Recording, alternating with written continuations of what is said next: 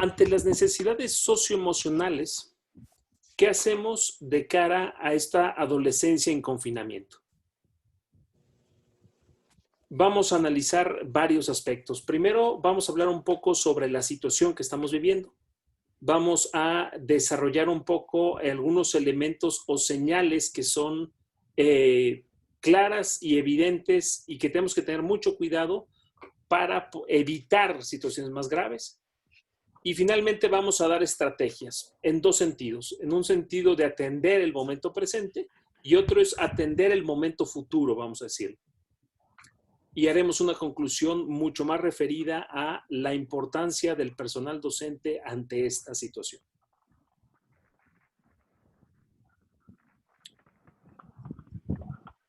Vean para comenzar esta imagen. Y es una sensación entre desesperación y cárcel, ¿no? ¿Se acordaban de estos, incluso escenas de películas, de libros, en donde estas señales lo único que marcan es la cantidad de tiempo que una persona permaneció en un lugar? Y yo no dudo que un adolescente podría ya tener lleno todas estas ventanas de estas rayas de contabilizando lo que está viviendo. Hay quien dice, bueno, es que la cuarentena, y dice, pues ya vamos hacia la docentena, o no sé cómo se diga, ¿no? O sea, ya el tamaño y el tiempo que ha transcurrido en confinamiento empieza a cobrar factura en temas mucho más delicados.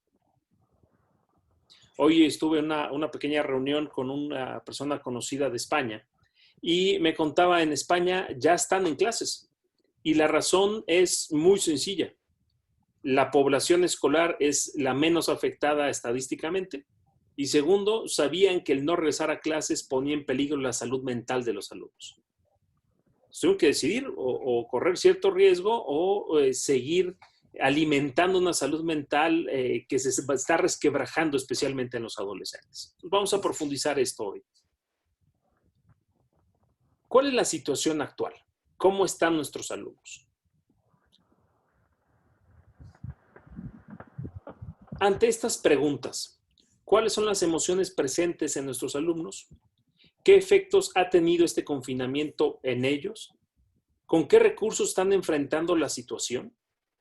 Y en resumidas cuentas, ¿cómo está su salud mental?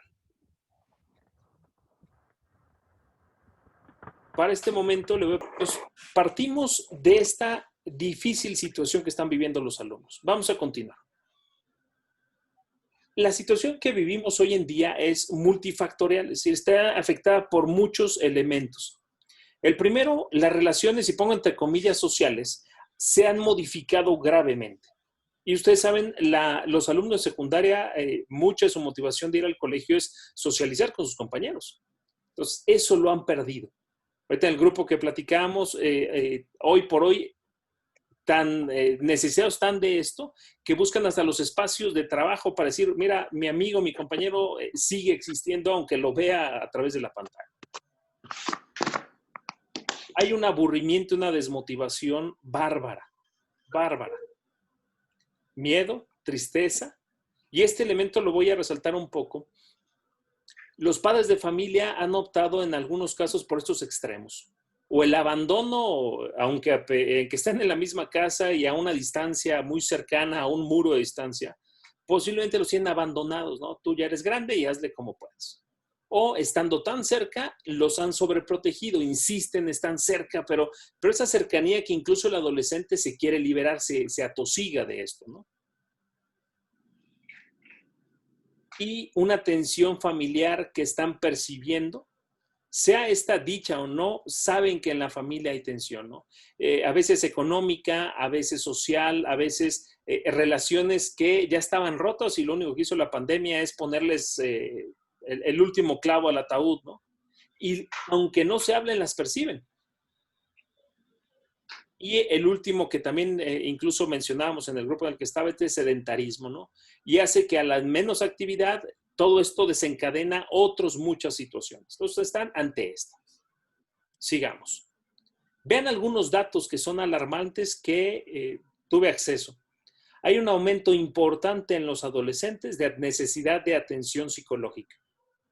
Se habla, alguna investigadora del UNAM menciona que el 25% hay posibilidad de aumento en los riesgos de depresión en adolescentes. Una diputada, tomando datos del INEGI, menciona que los suicidios en menores de 7 años aumentó un 230% entre mayo y junio.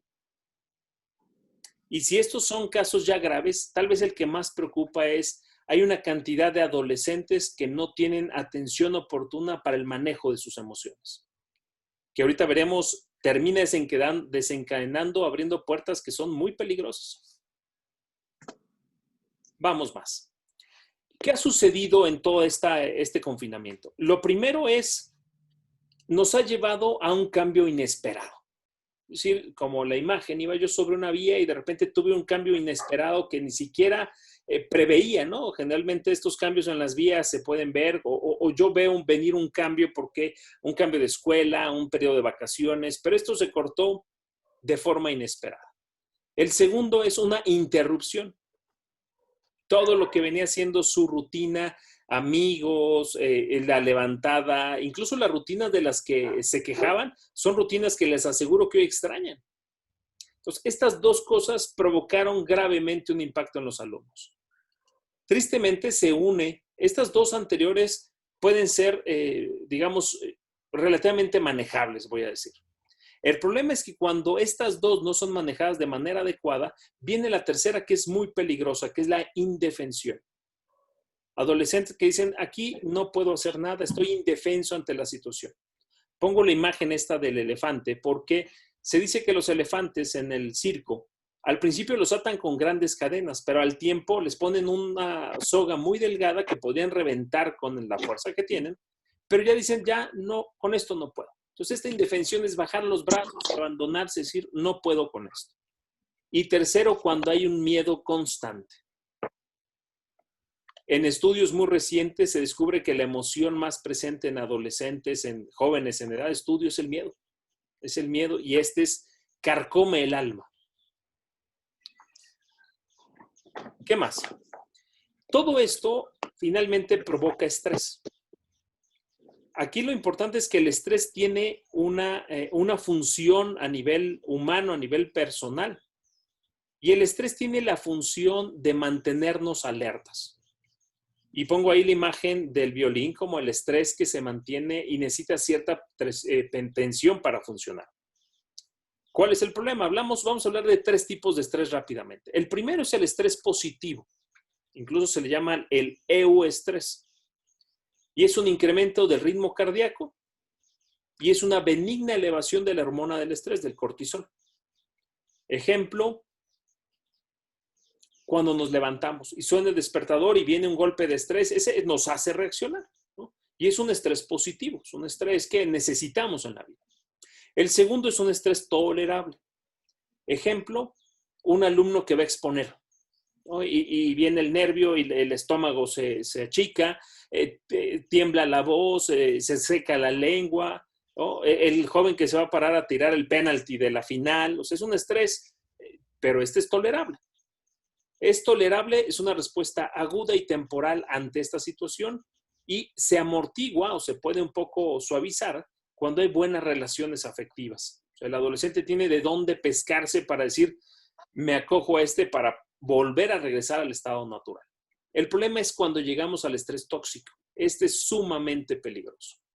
El estrés tóxico es cuando el estrés anterior, el tolerable, se ha mantenido por demasiado tiempo. Cuando es demasiado tiempo, esto empieza a ser peligroso. Y segundo, cuando no hay relaciones protectoras que amortiguan estas reacciones. ¿Okay? Estos como datos y nos vamos a ir acercando a más elementos. Entonces, estrés positivo, tolerable y tóxico. El más delicado es el tóxico. Vean la imagen. Estamos en una situación de un riesgo inminente. Inminente. A un paso del precipicio, que si no hacemos algo los docentes, podemos estar hablando de una generación, incluso cuando regresemos a las aulas, que sea pronto, espero, estamos viviendo una situación que necesitamos actuar de manera urgente los docentes. Y es una secuencia peligrosa. Vean estos 5 factores, especialmente los 4 primeros.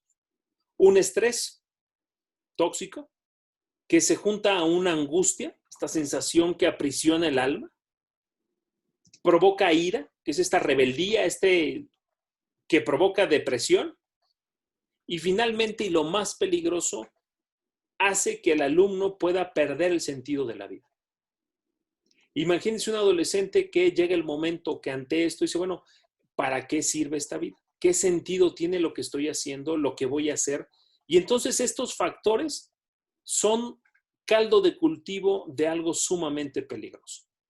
Entonces no estamos hablando de una situación que hay que aguantar, voy a decirlo así, como pasar por debajo de una ola.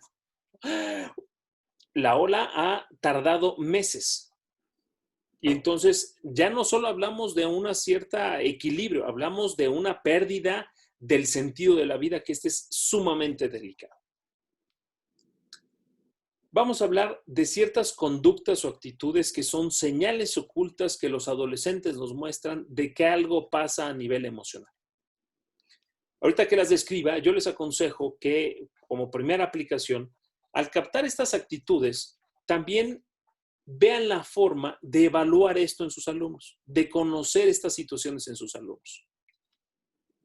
Quiero mencionar que muchas crisis que estaban latentes antes de la pandemia, lo único que hizo la pandemia fue reventarlas, ¿no? Pongo empresas a punto del colapso, la pandemia los tronó, como relaciones humanas, como matrimonios, como cosas que, es que la pandemia no, lo único que hizo fue exacerbar la situación. ¿A qué voy con esto? Si algunas de estas conductas las tuvieron sus alumnos y sabían que las tenían antes de la pandemia, es muy probable que sean aún más graves. Si permanecemos y hoy como no los vemos o los vemos a través de una pantalla en sencillos cuadritos, eso cuando nos se dejan ver, tenemos que estar muy atentos e indagar más. Y como foco especial, aquellos alumnos que ya sufrían elementos de estos. ¿Qué manifestaciones conductuales hay? Primera, problemas de alimentación. Esto se expresa de muchas formas y es cuando la relación que tiene la persona con los alimentos es inadecuada. Esto sea por ausencia o por exceso. Se pierde el apetito o se come por ansiedad. Estoy constantemente necesitando qué comer y hay aumento de peso. Unimos esto, por ejemplo, al tema del sedentarismo y esto es peligroso. Entonces, los adolescentes en esta época empiezan a buscar, si la situación empieza a ser grave, ciertos alimentos con más frecuencia. En general, azúcares refinados. Entonces, buscan dulces, y esto hay que estar muy atento. Segundo, alteraciones del sueño. El sueño tiene muchas funciones. Voy a poner una pequeña analogía. El sueño es como cuando los supermercados cierran. ¿Qué hace el supermercado cuando cierra? Limpia, acomoda, hace corte de cajas, trae nueva mercancía, tira lo que no. Es lo mismo que hace el cerebro en el sueño. Necesita acomodar muchas circunstancias. ¿Cuál es el grave problema? Que empieza a haber alteraciones y entonces imagínense, yo pongo a pensar un poco el embrollo en el que se meten supermercados de 24 horas. O sea, tienen que hacer malabares y no lo tienen siempre, pues como uno cuando recién abre está todo impecable, ¿no? Y entonces estas alteraciones del sueño se refieren, duerme pero no descansa, hay agitación al dormir, no tiene sueño o incluso no puede levantarse. Entonces, cuando hay alteraciones del sueño, estemos muy precavidos porque puede estar sumándose esta circunstancia. Tercero, abuso de pantallas. El adolescente tiene como forma de escape a su realidad fugarse a los mundos fantásticos de los videojuegos. Incluso con eso adormece su dolor. Yo recuerdo cuando trabajé con niños de la calle, una de sus conductas normales, voy a decir tristemente, era la drogadicción y lo que hacían era adormecer el dolor del hambre. Entonces, usaban tiner, usaban cualquier cosa con tal de sobrellevar el dolor de la vida. Los niños, hoy por hoy, nuestros adolescentes también caen en este abuso de las pantallas. Si el abuso de las pantallas lleva más de 2 horas, Esto es grave. No, y esto, diversiones, no solamente las pantallas de las clases, sino cuando se absorben por el videojuego en el teléfono, en el iPad, en consolas, etcétera, ¿no? Igual películas, series, estemos muy, muy precavidos. Agresividad. Lo hablaremos un poco más adelante. Solamente menciono, la agresividad es una consecuencia de la ira. Y la ira en realidad es un mecanismo muy natural de contrarrestar un obstáculo que se me presenta. Y se me presenta un obstáculo, entonces yo busco empujarlo, y es esa ira. ¿El problema cuál es? Cuando se mantiene ese esquema como forma de responder a todo lo que no me gusta, empezamos a hablar de situaciones más peligrosas, de agresividad. Ya no hablamos solamente de esa ira que busca salir adelante, sino de esa... no está buscando quién se la hizo, sino quién se la pague. Y entonces se pelea con todo y con todos. Entonces, muestra agresividad. Hay incluso agresiones de ciberbullying, hay agresiones físicas, se percibe en la familia hasta peleas entre los alumnos, sus compañeros. Entonces, esto cuando empieza a haber agresividad, dices, aquí está pasando algo que es peligroso. Y último, un aislamiento social. Para colmo, hoy el confinamiento nos pone en una circunstancia de distanciamiento social, pero aquí el aislamiento social es yo evito cualquier relación, bloqueo los contactos, me eximo de cualquier posibilidad de relacionarme. Y entonces cuando estos 5 se juntan en mayor o menor medida, o los 5 están presentes, cuidado. Estamos hablando de una situación que, insisto, carcome el alma del adolescente, si lo va comiendo por dentro. Y cuando queramos hacer algo, posiblemente ya sea muy tarde. Esto incluso podríamos hacer una breve encuesta entre los adolescentes de cómo están estas circunstancias, ¿no? Un sencillo cuestionario, decir, mira, aquí tenemos un crecido número, mira, este alumno tiene todos estos factores. Entonces, los podemos profundizar para entonces atenderlos. Bien. Camino de solución. Vamos a dividir este momento en 2 instantes. Cómo atender el momento presente y cómo atender el momento futuro. ¿Por qué el momento futuro? Porque la incertidumbre se da a un principio de la existencia humana. Hoy nos ha quedado evidente que estamos en un mundo incierto, se han caído todas nuestras certezas. Hemos de prepararlos sólidamente para esa incertidumbre.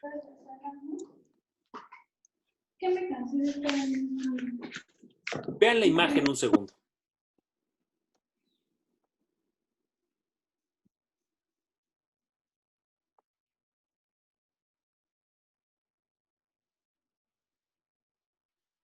Si yo no aprendo a acercarme a leer el mensaje real de ese nada, yo puedo quedarme con sencillas e incluso cómodas respuestas para mí. Un amigo muy cercano en algún momento tuvo, por azares de la vida, que atender a un alumno de secundaria con tendencias suicidas. Y cuando se habló con los padres de familia de los más extrañados, dice, es que nunca nos había dicho esto, es que no, es que mi hijo. Y además de la negación natural, no había en los padres de familia una capacidad de leer lo que pasaba detrás.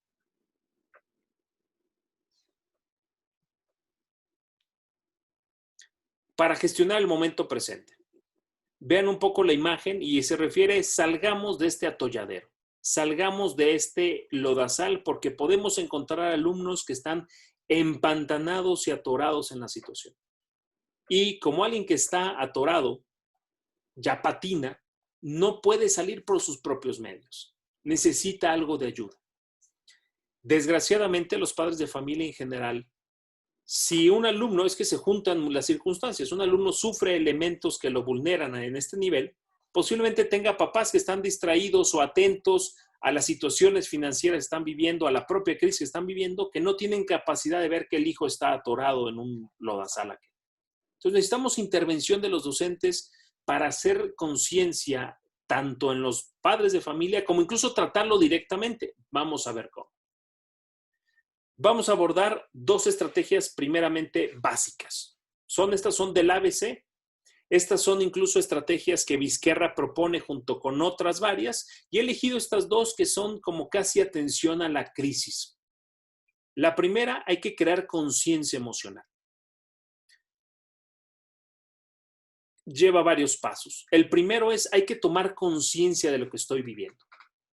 Es decir, lo voy a decir como el adolescente, ¿no? Como el alcohólico, reconoce que tengo un problema. Reconócete que algo está pasando contigo. Pensemos que el adolescente, como cualquier ser humano, puede sufrir. ¿Se acuerdan aquella escena o experimento en el que una rana se le pone en agua fría, se le pone una rana y se le prende el fuego? La rana no se da cuenta que se está cociendo viva porque el aumento de la temperatura es tan paulatina que termina contrario a una rana que se le avienta al agua caliente y brinca porque reacciona. Entonces, lo primero es, posiblemente los adolescentes han llegado a ciertos límites sin darse cuenta. Hablemos de la situación y seamos conscientes. Segunda, hay que ponerle nombre a esa emoción. Aquí hay que hablar incluso de un diccionario emocional. Los adolescentes, los niños en general, tienen muy baja el diccionario emocional y hablan con facilidad de las emociones básicas: enojo, tristeza, ira, asco, alegría, amor, pero las emociones más simples no son capaces a veces de combinarlas. Por ejemplo, la frustración es una combinación entre tristeza e ira. Entonces, yo tengo que aprender a ponerle nombre a las emociones. Segundo, hay que empatizar. Y el primero que tiene que empatizar con ellos somos a veces los docentes. La empatía tiene dos niveles, seamos claros. La primera es una empatía cognitiva, ¿no? Te entiendo. Y después es una empatía emocional. Puedo sentir o resonar contigo. Porque a veces, si no damos las dos, es decir, si no ayudamos a entenderlos o incluso ponemos en su haber intelectual, vamos a decir, las palabras que describen su emoción, no alcanzan a describirla. Entonces tú le puedes decir, ¿a poco no te sientes así por esto y ha pasado esto? Y empieza a decir, oye, sí es cierto, pero no sabía cómo llamarle. Acuérdense que el adolescente tiene un formateo a nivel neurológico que le impide estas elaboraciones complejas.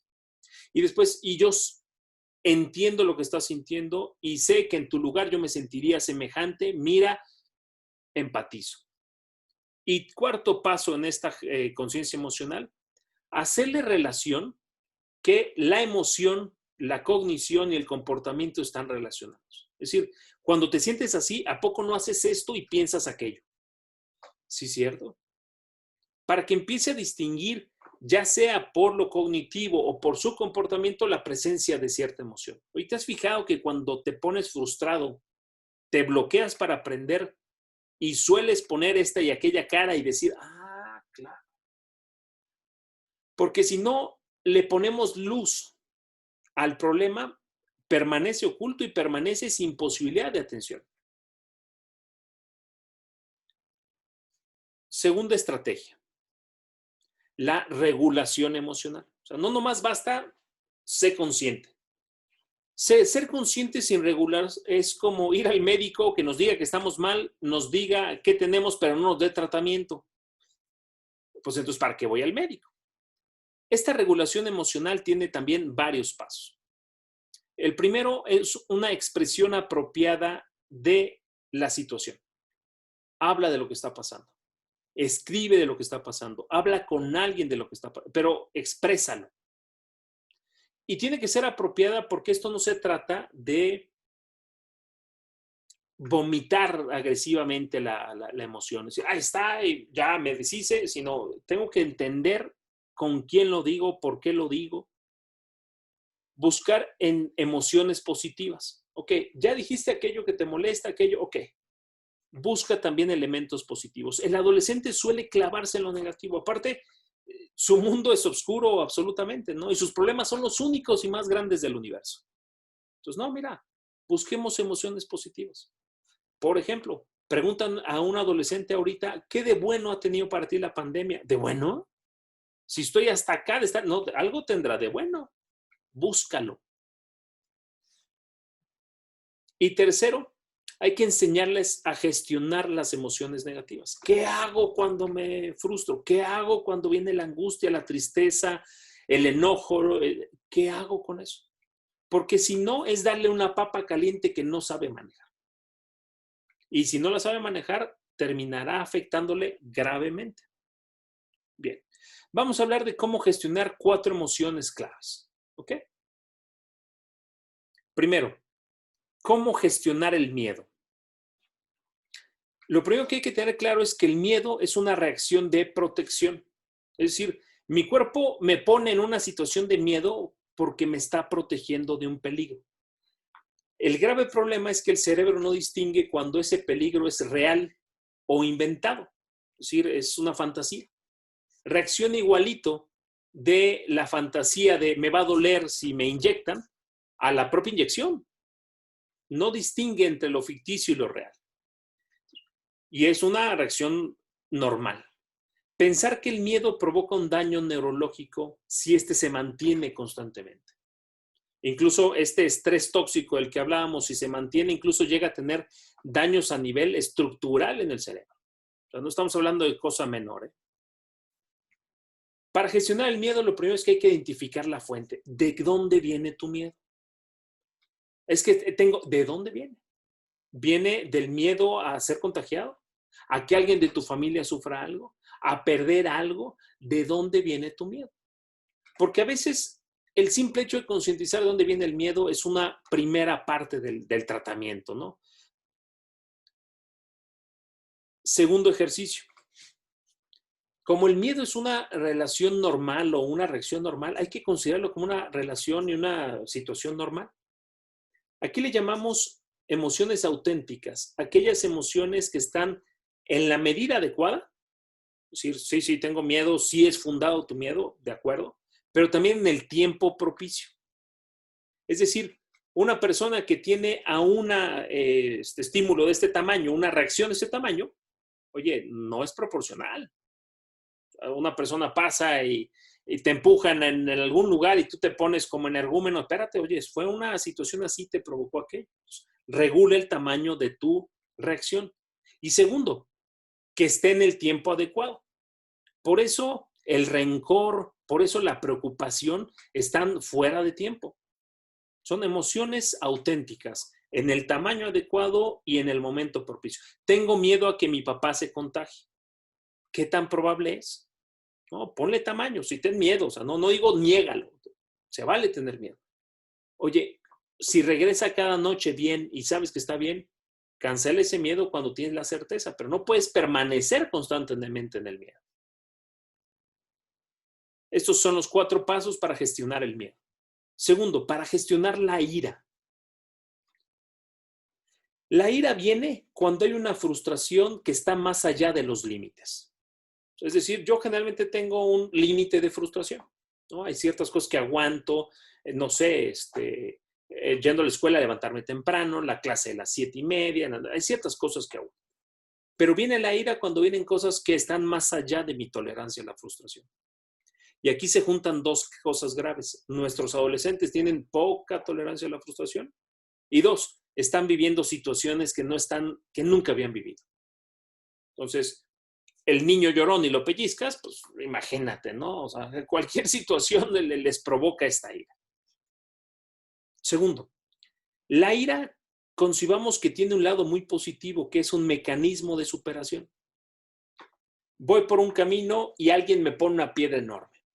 La ira es la posibilidad de decir, me tengo que sobreponer a esto. Y me monto y me trepo a la piedra porque quiero sobrepasarla. Entonces es un mecanismo de superación natural necesario para la evolución. Es necesario encauzar la ira para provocar estas 2 cosas. De este obstáculo, ¿qué vas a aprender? De este obstáculo, ¿qué tienes que mejorar tú para que la próxima vez no sea tan grande tu obstáculo? Aprendizaje y disciplina. Si no encauzamos la ira para algo positivo, la ira termina causando una explosión o implosión. Y cualquiera de las 2 es sumamente peligrosa. O sea, cuando sale hacia afuera es una agresividad brutal. Y esta agresividad puede tender hacia otras personas, hacia sí mismo o hacia las demás personas. Y cualquiera de las 3 es peligrosa. A veces esta implosión es la autoagresión o incluso la ausencia de cuidado. Ya no me importo, que venga lo que venga, no me importo. Y es autoagresiones como ese, el exceso de comida, el cutting, muchos elementos de estos que los adolescentes, y ven por qué salen, o sea, el adolescente que hace esto está enojado con algo y lo expresa contra sí mismo. ¿Qué podemos hacer para gestionar la ira? Predecir y anticipar los momentos de ira. Oye, mira, va a venir un momento complicado, viene la época de entregar las tareas de tal o cual cosa, el proyecto, anticipa, toma fuerza antes de que te caiga el obstáculo, sobreponte desde antes y prográmate para la batalla. Dice, sí, viene fuerte, venga, ponte desde antes. Segundo, si el alumno está en momento de ira, dale espacio. Nadie entiende razones enojado.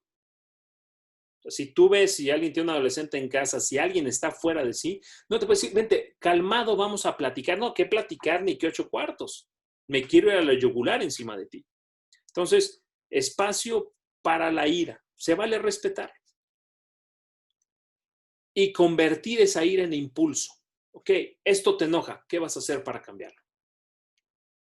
Y no cambiar aquellas cosas que no podemos cambiar, Cuidemos, no, que quiero cambiar, ir a clase, espérate, no está en tus manos. Concéntrate en lo que existe en tus manos. ¿Qué vas a hacer? Ante ese obstáculo que la vida te puso encima, ¿qué vas a hacer? Conviértelo en disciplina. Pensemos que hay muchos personajes de la historia que gracias a esa ira que los hizo mantenerse, superaron cantidad de obstáculos. ¿Cómo gestionar la tristeza? Hay que tener claro que la tristeza es el dolor por un bien perdido. Sea porque lo perdí en el pasado o sea porque lo voy a perder en el futuro. La tristeza pega igual. Los alumnos viven una constante tristeza porque han perdido parte de su vida, que es la escuela, sus amigos. Les puedo asegurar que cuando regresemos a la escuela van a decir, oye, ¿por fin quieres venir a la escuela? Claro, la extrañan, la necesitan muchísimo. La tristeza se asocia muchas veces a la ira y la ponemos junta y es muy peligrosa. La ira y la tristeza es muy peligrosa. Provoca angustia, ¿no? Pensando que la angustia es esta preocupación por el futuro incierto. Y como sé que voy a perder, y vamos a imaginar al alumno que decía, no sé, en Navidad iba a ser tal cosa, en Semana Santa iba a ser tal otra, y empiezo un poco a crearme total y absoluta angustia constante. Y vivo una angustia que me aplasta, que me deshace, que me golpea tanto. ¿Qué hacer ante la tristeza? Si hablamos que la tristeza aplasta el deseo de vivir, hay que ayudarles a encontrar nuevos motivos por vivir. Aquí voy a poner una pincelada académica. Un motivo de vivir es la forma en la que pongamos y propongamos el aprendizaje. Puede ser que muchos alumnos lo mejor del día sea tener algo que hacer con nosotros. Y si eso involucra un nuevo motivo, una nueva ilusión, esto es maravilloso. Y despertar con eso la curiosidad y el deseo de aprender. La tristeza no se apaga diciendo, no estés triste, ¿no? Dale motivos diferentes. Quien ha pasado por alguna pérdida sabe que la tristeza es mucho más fácil de cargar y superar cuando pones tus ojos en el futuro, no en el pasado lo que se ha perdido. ¿Qué sigue? Busca una ilusión y un proyecto. Y cuarta emoción, ¿cómo gestionar la angustia? La angustia es una combinación de las anteriores, Y la angustia es la que resume la tristeza, la ira, el miedo, y es la que resume todo esto y por eso se hace tan peligrosa. Es cuando existe un estrés tóxico continuo o de una prolongada exposición. ¿Qué necesitamos hacer ante la angustia? Primero, provocar, alimentar, crear y mantener relaciones sanas, estables y nutritivas. Insisto, sanas. Todos tenemos algún amigo o amiga tóxica, ¿no? Esas personas que todos conocemos a alguien así, ¿no? Entonces, ¿qué? No es momento para acercarnos a la persona tóxica. Necesitamos gente sana, estable, es decir, que no tenga cambios de humor. Pensemos que el adolescente es casi como el niño chiquito que se acerca a ver si mamá está enojada o no. Y se acerca y dice al encuentro, no, no, no, ni me acerco, mejor ahí nos vemos. Necesita estabilidad, saber que ahí está. Y nutritivas, que le brinden riqueza. No que le succionen riqueza, que le brinden también. ¿Y qué otra cosa? Es vital en esta angustia equilibrar las expectativas y la realidad. Es que yo esperaba, pues esto incluso lo digo a nivel académico, queridos maestros. Nuestras expectativas pueden, y nuestra angustia hoy por hoy puede estar involucrada, decir, oye, es que yo quería que ya mis alumnos de esta época hicieran esto y aquello, estoy atorado y no avanzado. Equilíbralas porque si no la angustia te va a carcomer y la transmites, querido maestro. Los alumnos la perciben de ti. Entonces, este es un ejercicio interesante también, equilibrar entre la expectativa y la realidad. Ok, entonces tenemos que preparar a los alumnos y así como usaba la alegoría de esta llanta atorada, quiero utilizar esta otra alegoría. Las luces de un auto necesitan llegar lo más lejos posible, pero no pueden llegar al final del camino. Es decir, no podemos prepararlos para andar con certidumbre y nadie tiene una bolita mágica para decirle a alumnos, no se preocupen, esto va a estar bien, tú vas a aquello, vas a tener éxito, vas a hacer... No, no, no. Lo único que podemos hacer es formar la capacidad, levantar las luces para ver lo más lejos que se pueda. Y adelantar en la medida de lo posible los obstáculos del camino, las curvas, los peligros, es lo único que podemos hacer. Entonces, a eso va a ser esta última parte. ¿Qué hacer para formar este futuro? Le he puesto mirando a la incertidumbre con valentía. La incertidumbre, dice un dicho, ¿no? Si algo es constante en este mundo es el cambio. Hoy nos ha demostrado que esto cambia y lo único seguro es que no será el mismo mundo que tengamos en un tiempo. Siempre estará cambiando. Y tenemos que mirar con valentía ese mundo. ¿Cómo? Vamos a establecer. Primero, hay que alimentar en los alumnos un optimismo. Y no un optimismo inflado de únete a los optimistas, ¿se acuerdan de aquello hace años, ¿no? De porras por porras y vamos y todo. No, no, no. Es un optimismo realista que parte de la anticipación y la planeación. ¿Quieres que te vaya bien? Planifica las cosas. Importante aquí el área de formación de los colegios, en donde también el camino es plantéate un proyecto de vida. ¿Dónde quieres estar en 3, 5, 10, 12 años? No que te lleven 5 años la existencia a donde tuviste suerte de llegar, sino a donde preveíste llegar. Es que yo me puse ahí en la mirada desde antes. Planea qué tienes que hacer. Y eso es un poco decir, hay un ejercicio muy interesante que es, ¿quieres ser exitoso? Analiza dónde quieres estar en 15 años.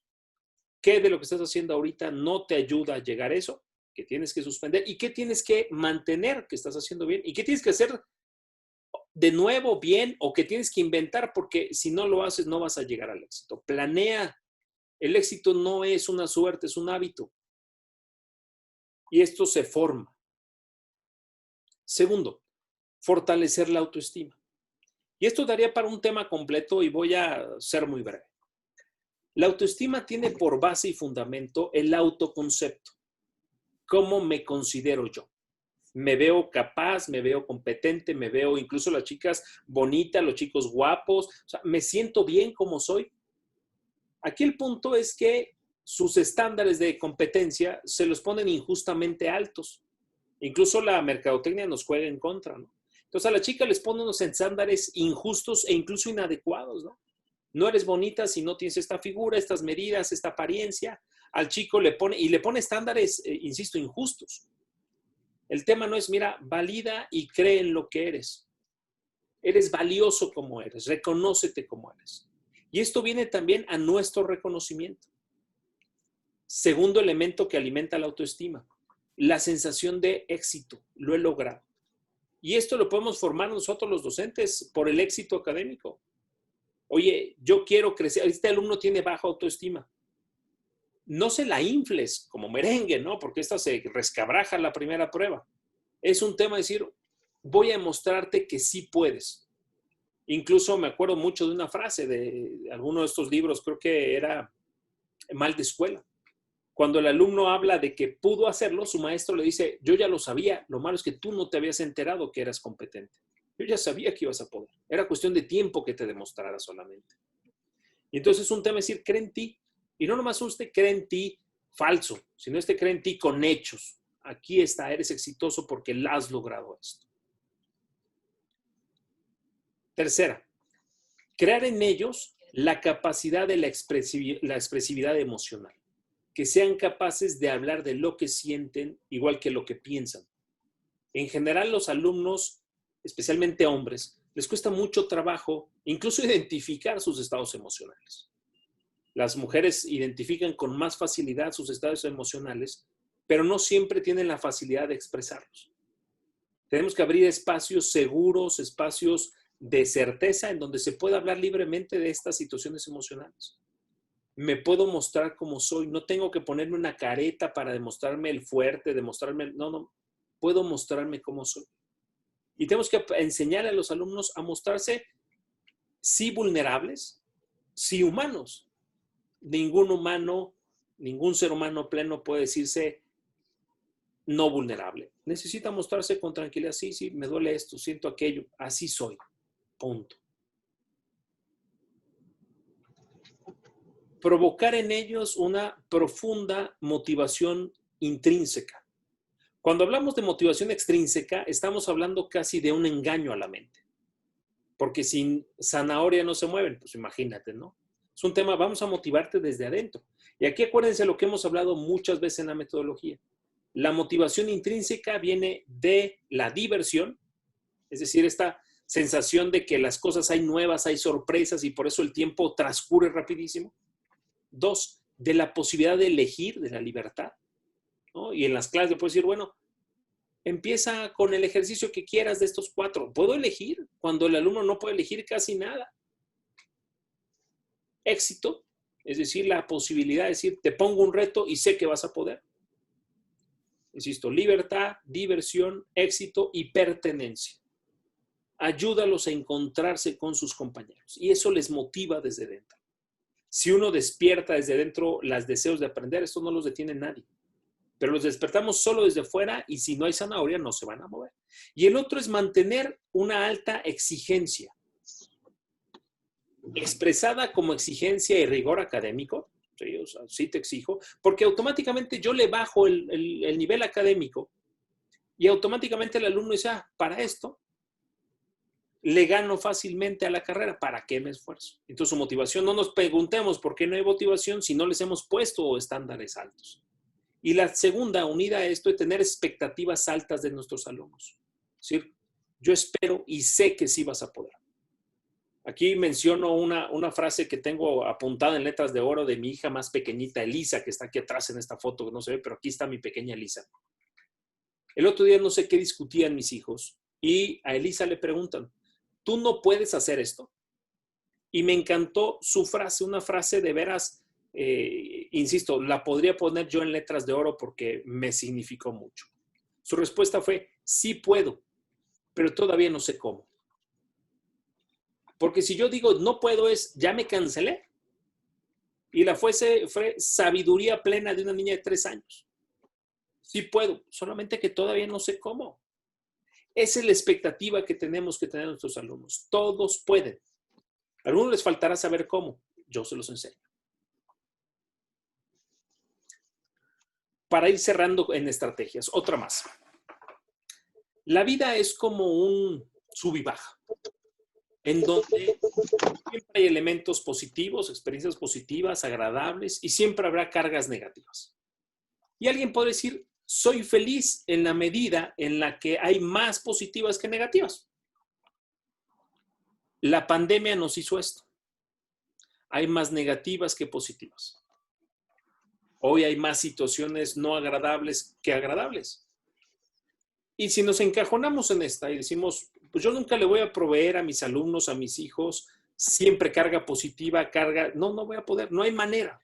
Es más, en esta situación no puedo asegurar que mis hijos van a estar bien y no puedo. ¿Cuál es la única opción? Vean esta imagen. Observen dónde está el eje. La diferencia no está en haber sobrecargado el lado positivo, está en haber movido el eje.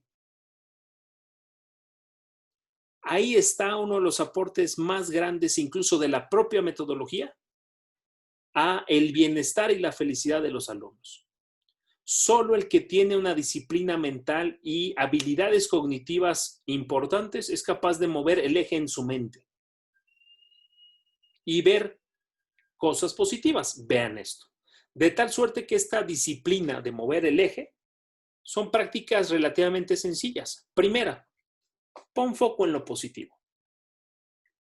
Y se parece al optimismo, encuentra siempre algo positivo en lo negativo. Hay quienes se empeñan en encontrar el negrito en el arroz. Y todo es perfecto, todo es maravilloso, pero encuentra el punto negro. Pon foco en lo positivo. Date una disciplina mental, decir, enfócate también en lo que es bueno. Segundo, cuida tus diálogos personales. Cuida cómo te hablas a ti mismo de ti o de la situación. Y si te sorprendes diciéndote cosas, condenas absolutas, esto está fatal, no se va a poder, no vamos a sobrevivir, automáticamente empiezo de manera inconsciente a minar mi capacidad de salir adelante. Cuídate lo que te dices. Enséñale a los alumnos a cuidar sus diálogos internos, a ser más amables con ellos mismos. Y primero empieza por fuera y después va al interior, es decir, trátate con amabilidad. Cualquiera se equivoca. Nadie ha aprendido nada sin antes equivocarse. ¿Quién se levantó de gatear, empezó a caminar y jamás se cayó? ¿Se fijan la relación que tiene a la metodología de lo que creemos del error? Cuida tus diálogos personales y prográmate para fracasar porque es el camino del aprendizaje. Tercero, ten la capacidad de enfocarte en otra cosa cuando sea necesario. Mueve tu foco de atención. Se dice, por ejemplo, que, si no me falla la memoria, las abejas no pueden volar en vertical. Si tú metes una abeja a un frasco de vidrio, no puede salir porque solo vuela en horizontal, incluso un poco en diagonal, pero no puede volar hacia arriba y tardará tal vez mucho en rebotar hasta que alcance a salir. Una persona enfrascada, como el ejemplo, puede ver el problema desde 1000 puntos de vista. El punto es que no sale de ahí. Y a veces necesito decir, voltea para acá, cambia de foco, distrae tu mente, cambia la manera y no te metas siempre ahí, porque entonces te va a terminar comiendo la oscuridad. Y cuarto, céntrate en lo que sí puedes hacer. Deja a un lado, incluso deshazte del papel de víctima que dice, es que si esto fuera mejor, es que si mis papás no sé cuánto, deshazte de ese papel. Toma el papel de actor de tu propia vida. Basta de pretextos. La adolescencia es la época maravillosa de las utopías. Es la época en la que los alumnos se plantean las grandes expectativas de la vida. Después de que soñaron con ser bomberos, con no sé cuánto, que esas se caen un poco en la infancia, la adolescencia es la época maravillosa de esto. Y entonces tú le dices, ok, ¿quieres aquello? Concéntrate en lo que existe en tus manos. No te desgastes siquiera en lo que no está en tus manos. No pierdas tiempo en eso. Esta parte de la formación es posiblemente uno de los grandes ausentes en la educación nacional. Incluso razón de esto es que se retoma el enfoque socioemocional desde hace unos años. Yo sé que maestros como ustedes, comprometidos con sus alumnos, lo mantienen y lo tienen presente a pesar de que no estuviera en los programas de estudio. Esta idea solamente es tenerlo presente y recordar, sistematicemos esto y aprovechemos cualquier oportunidad desde cualquier materia para formar estas capacidades que nos hacen ver el futuro diferente. Muy bien. Para concluir, Rodrigo, si nos preparas otra pequeña interacción, con esto vamos a concluir. Y en todo esto, ¿los docentes qué? Y aquí quiero hacer una sencillísima reflexión. Y la primera es, uno no da lo que no tiene.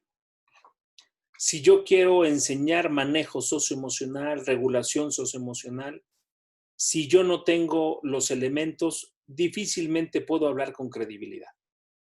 De tal suerte que los docentes necesitamos mantener un esfuerzo permanente de estar vigilándonos a nosotros mismos. Aquellos que somos padres con una doble razón. Nuestros hijos perciben de nosotros cómo estamos y les enseñamos con el ejemplo cómo sortear esto. Si nos portamos a la altura como educadores, en casa y con nuestros alumnos, maravilloso. Por lo tanto, quiero concluir con esta sencilla idea.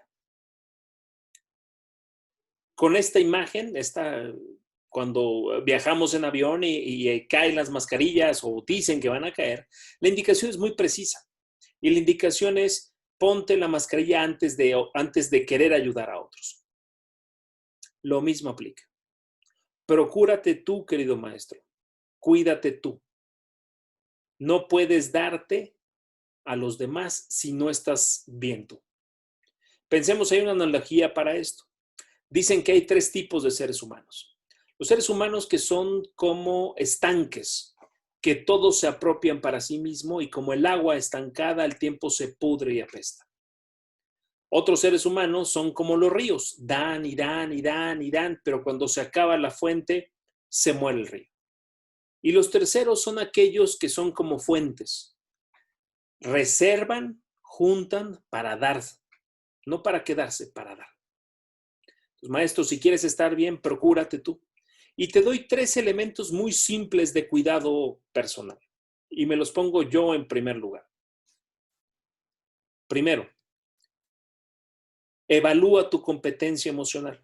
Esto que hemos hablado, repásalo, pero ahora poniendo en tela de evaluación cómo estás tú en tema socioemocional, cómo está tu regulación emocional, tu expresividad emocional, tu manejo de la ira, de la frustración, cómo estás tú. Segundo, cuida tu descanso y tu alimentación, especialmente a las mamás que son maestras, esas que tienen doble y triple trabajo. Para los que somos hombres y apoyamos en casa, seamos mano calificada para estar y ayudar en casa. Antes conocía yo padres de familia que regresaban de trabajar y decían, yo ya vengo a descansar porque yo ya trabajé. No, hombre, el trabajo no acaba. Cuídense, descansen lo más que puedan. Sé que no es la situación ideal, procúrense el descanso y cuiden su alimentación. Y tercero, busquen abastecedores de bienestar. Es decir, el ser humano es como una cuenta de banco y tiene bienestar, es decir, tiene eso, energía. Y si drenamos energía, o sea, entregamos, trabajamos, desgastamos en servicio a los demás, maravilloso. El punto es que si no tenemos quien nos recargue de energía, estamos fritos. Y tarde o temprano estaremos funcionando con números en rojo en la cuenta del bienestar. Y la cuenta del bienestar cobra factura. Eventualmente el cuerpo cobra factura. Dice, detente. No puedes seguir así. No has descansado y te mando a terapia intensiva para que descanses. Y estos abastecedores son cosas muy simples, muy incluso orgánicas, personales. Disfrutar de algo, de la compañía, de algo que comas, de un pasatiempo en específico. Procúrate tú. El mayor reto es que hoy teniendo a los hijos en casa y desgastando tanto tiempo para trabajar, ese tiempo que teníamos antes de abastecedores, incluso ni siquiera podemos llevarlo a cabo, porque si nos gustaba salir con los amigos, no podemos salir. Tenemos que buscar abastecedores muy creativos. No puedo salir, pues mira, una reunión de estas y cada quien con su copa en mano, hablamos, nos reímos. Aliméntate de bienestar, porque si no, no vamos a estar en condiciones de ayudar a otro. Pues nosotros en ASK creemos que la transformación educativa que estamos proponiendo sucede a través de ustedes y gracias a ustedes. Como conclusión, estando a unos minutos, les queremos pedir que se den un tiempo para contestar una sencilla encuesta que Rodrigo nos va a poner aquí en el chat. Importante tener su retroalimentación y algún comentario sobre lo que hemos vivido el día de hoy. Rodrigo, si nos ayudas por ahí a ponerlo.